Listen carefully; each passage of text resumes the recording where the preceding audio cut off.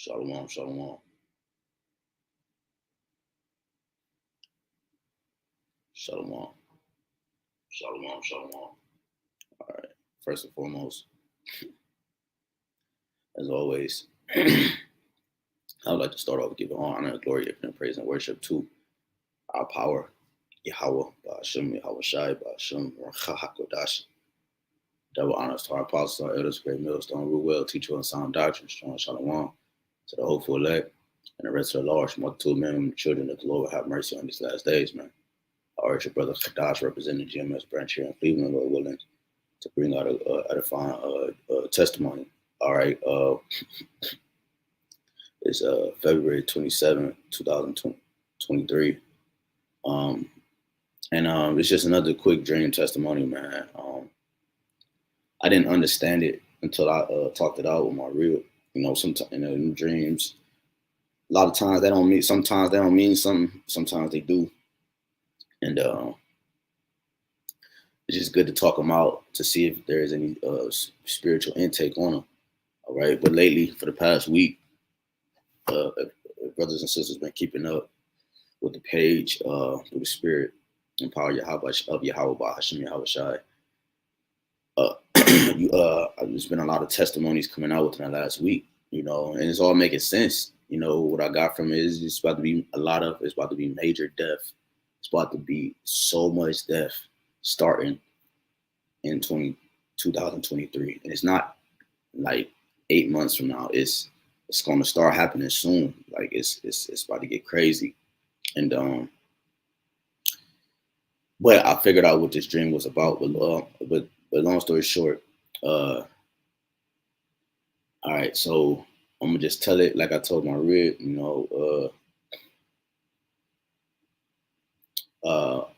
Basically in the dream, I was an agent. Like I was a secret agent. Okay, and in the dream, when I was having the dream, I knew who I was,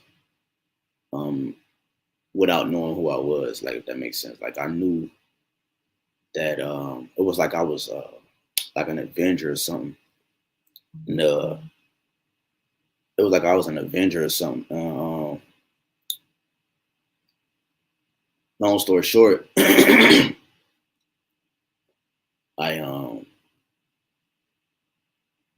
remember I was at some event. I was at some place, and I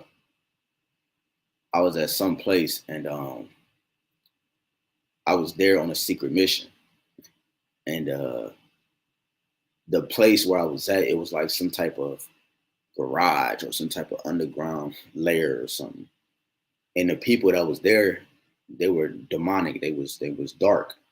You see, because their mission was to they was trying to summon this great demon. They was trying to summon this great monster, man, which I come to realize it was Satan himself. You know what I mean? They tried to summon. That's what their goal was. They was to summon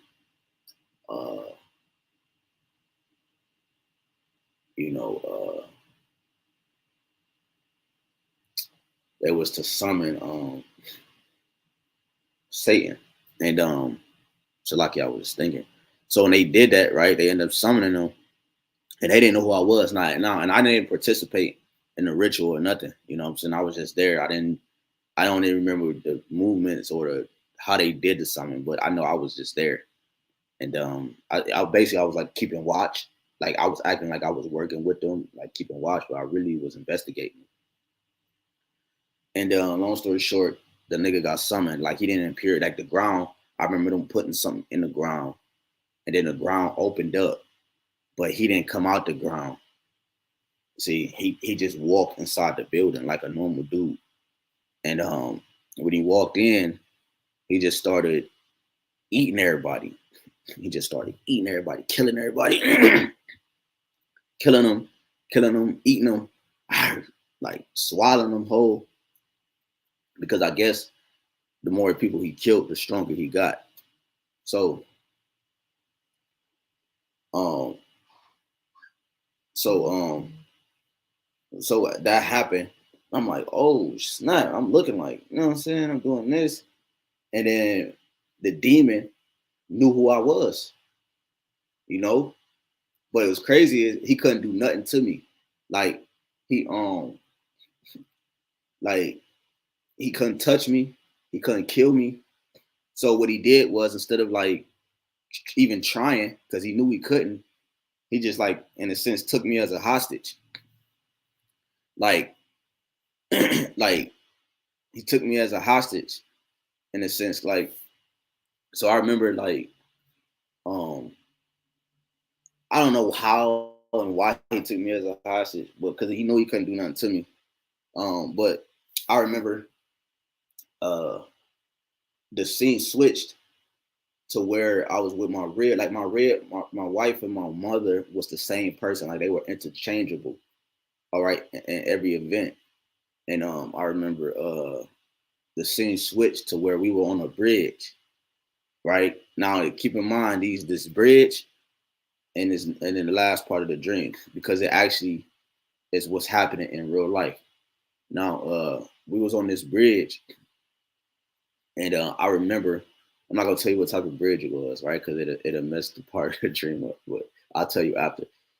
I was on this bridge, and I remember it was a big ass bridge, and we was driving, and then I was telling my rib slash mother, right? Because they was the same. Like, their bodies and faces were interchangeable. Like, they was going back and forth. One time when I turned, it would be my mother, and then another time I'll turn, it'd be my wife.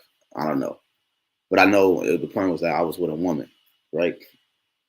And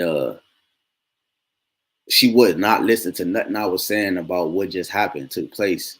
And I had to be real quiet because I didn't know if my vehicle was bugged or whatever. Because I remember I was working as a secret, I was a secret agent. Okay. And I remember she would not listen for nothing. Nothing that I, like, you know what I'm saying, at all. So I was getting real irritated. I'm like, why aren't you listening? So I go, I'm like, listen, boom, boom, boom. Next thing you know, I'm like, oh, snap, he here. Because I could feel when he was here.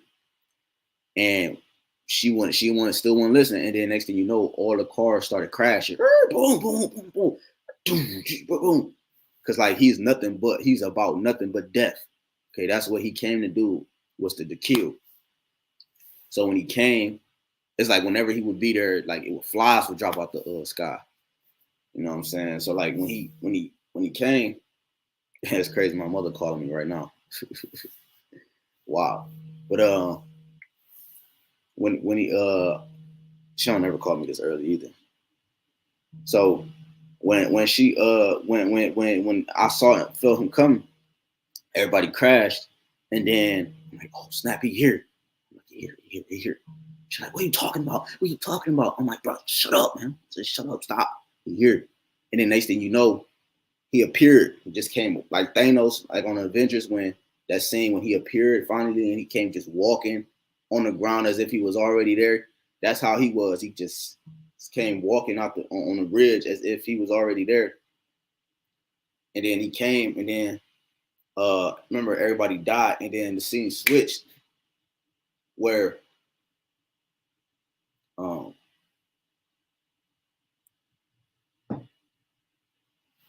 the scene switched. It's like smoke. The scene switched where we end up in this room, and my mother, and it was another chick, because when the portal, when we got swooped up by the portal, um the lady, it was a lady next to her car, she got swooped up in it, and we end up in this room. I was free, remember, because he couldn't do nothing to me. So I was roaming, I was walking in the room, like, oh snap. And my rib was chained up with the lady on a bed, like he was getting ready to sacrifice them. Okay. So they were on the bed, and my real left hand was chained up to the lady's right arm. They was chained up close together like this, and the other hand, her right, my wife's right hand, was, the chain was a little bit loose, so she could go and it'd stop. And the other lady was like that too, and their leg was chained up, but it was where they could move around the bed, and they was closer to the wall. The bed was against the wall, so they were moving closer to the wall because they got scared. I'm like, yo, Yo, I'm like, oh snap, I told you, do you believe me? Do you believe me?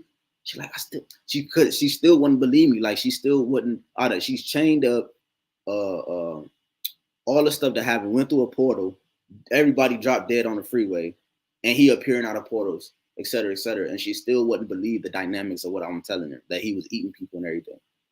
So he appeared out of nowhere, boom, the demon appeared out of nowhere. And he knew he couldn't touch me. It was like it was a force field literally around me. He couldn't touch me, you know. So he wouldn't even look at my way. But the point was he was trying to get to me. He wanted to get to me. And he wanted me to sacrifice for him. He wanted me to work, you know what I'm saying? But he knew he couldn't do nothing. So what he did was he supplanted, you know what I'm saying? Because he was like, he was like, the lady we was with, I guess he was a real attracted to her. He was like, oh, the prettier one right there, right? And he was pointing to the lady next to my wife, and he was like, like that, right? And he was like, I forgot the details of that part, but long story short, he wanted my wife to kill her. He wanted my wife to sacrifice, kill her. All right. So what happened was I ended up giving him my rib like this little jab. I don't know if that's what you call a jab or whatever it was. It was this when you hold it with your hand, but the knife comes through the middle part of your hand where you could hit somebody like that. I ended up putting it in her hand, like the chain got off her arm. I put it in her hand and I laid it close to her chest. I wasn't talking to her, but I was communicating with her through my eyes. Basically, what I was saying was like, do not kill her. Do not sacrifice her. Do not kill her. Listen to me. I was talking to her through my eyes, and that's when she started to believe.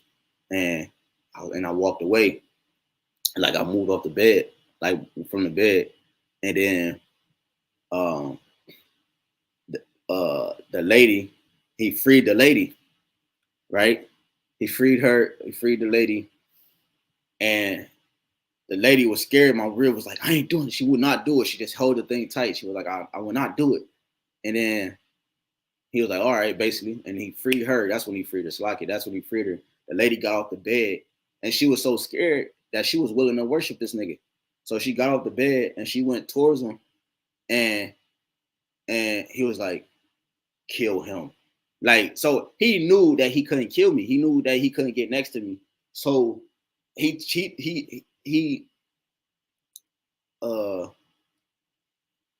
believe that's how it went. He told her, he basically gave her the same tool.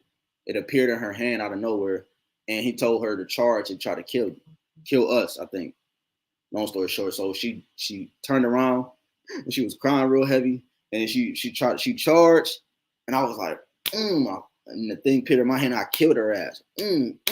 Stabbed her in her neck, killed her in her chest, boom, out of her neck, and I put her on the bed, and I laid her on the bed like this. I'm like, fuck. I was mad. I'm like, all because you wouldn't listen. You know what I'm saying?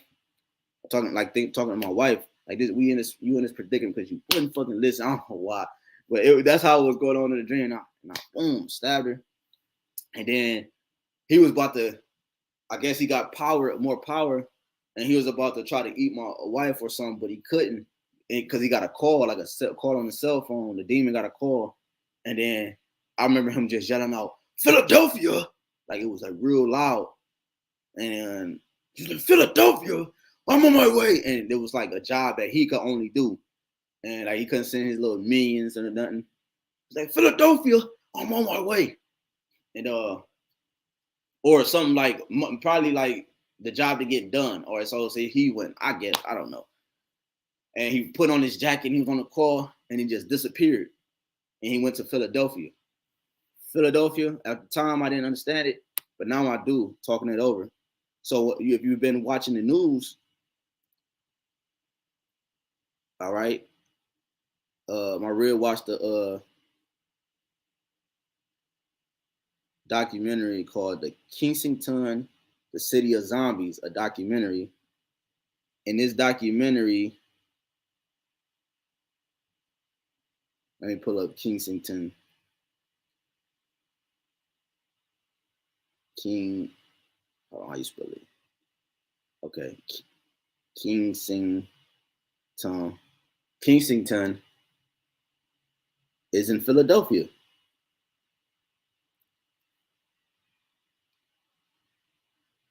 Kensington, Philadelphia. All right. And remember, he went to Philadelphia. And remember, while I was on the bridge in the beginning, that bridge was it was a San Francisco. It looked like San Francisco. So I'm telling her, and I was like, hey, see if it would if the same thing happened in San Francisco. So what? Here it is. Now this happened a year ago. It's like a zombie apocalypse. Walking into parts of San Francisco. So two parts of the dream was San Francisco, and the other one was about Philadelphia. The point is that the Lord was showing that it was about to be mass. Because now these events already took the one in San Francisco. This is real life. I'm gonna show you here. This took place a year ago. Remember, I was driving on the bridge in the dream. That was San Francisco. We had the same San Francisco bridge. And then when that part happened, when I killed the lady, boom. And he got the call. He's like, Philadelphia. And then he went to Philadelphia. And that happened a couple months ago. I think it's still happening. But basically, the people are taking this fentanyl, I believe, or this type of drug, and it's killing them and it's eating their flesh. And they're turning into zombies. Okay. And people are sacrificing each other. These are sacrifices. You know what I'm saying? That's what basically the dream was about. It had nothing to do with myself or anything like that. The dream was about that it's about to be massive death. All right, here in 2023, it's about to be massive death in 2023, and the Lord's men will be protected.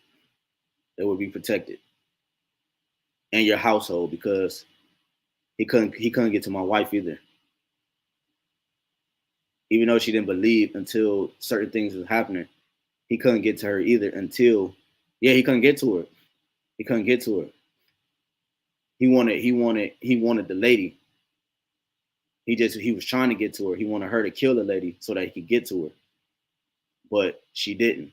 She was, through the spirit, she was strong enough not to. And his job is to get the elect. Satan's job, which is Esau, Edom, he's trying to get the elect of the Lord. But they're not gonna budge. That's what the prophecy say. Matthew 24. If it were possible, they would deceive the very elect, and that's not gonna be possible, you know. So we know that through the prophecy. But I just wanted to give that quick testimony. Okay, I thought it was heavy that the dream took place in Philadelphia and San Francisco, and come to find out, you have the zombie apocalypse in a sense happening in these two areas. That's how the spirit worked though. Because like the Lord might give a timeline, a prophecy, or a term of dates, and it might not have happened right at that specific time. It might have happened a year later. It might have happened 2 years before or 2 years later. The point is that it's still the same time frame. And that's what happened in my dream, where I'm just now having it. But the one in San Francisco happened last year, and the one in Philadelphia 4 months ago. The point is that it was so real. The point is that YAHAWASHI has that death, has the the realms colliding with each other, like it says in 2 Corinthians 13. The realms are colliding with each other, and more spirits have been released through more rituals and more intensified rituals from these devils. YAHAWASHI has allowed these spirits to manifest themselves so that more death can happen on the earth. And really, YAHAWASHI is that death angel, like we read in Wisdom of Solomon 18. So Lord willing, this quick testimony was edifying. I would like to give all honor and glory again to Yahawah, BAHASHAM, YAHWASHI, and for praise and worship to Yahawah, BAHASHAM, YAHWASHI, BAHASHAM, HAQADASH. Double honors again to our apostle of the great millstone. We will teach you on sound doctrine. Walk our ball. Shalom to the hopeful elect. Walk our ball. About war. Shalom.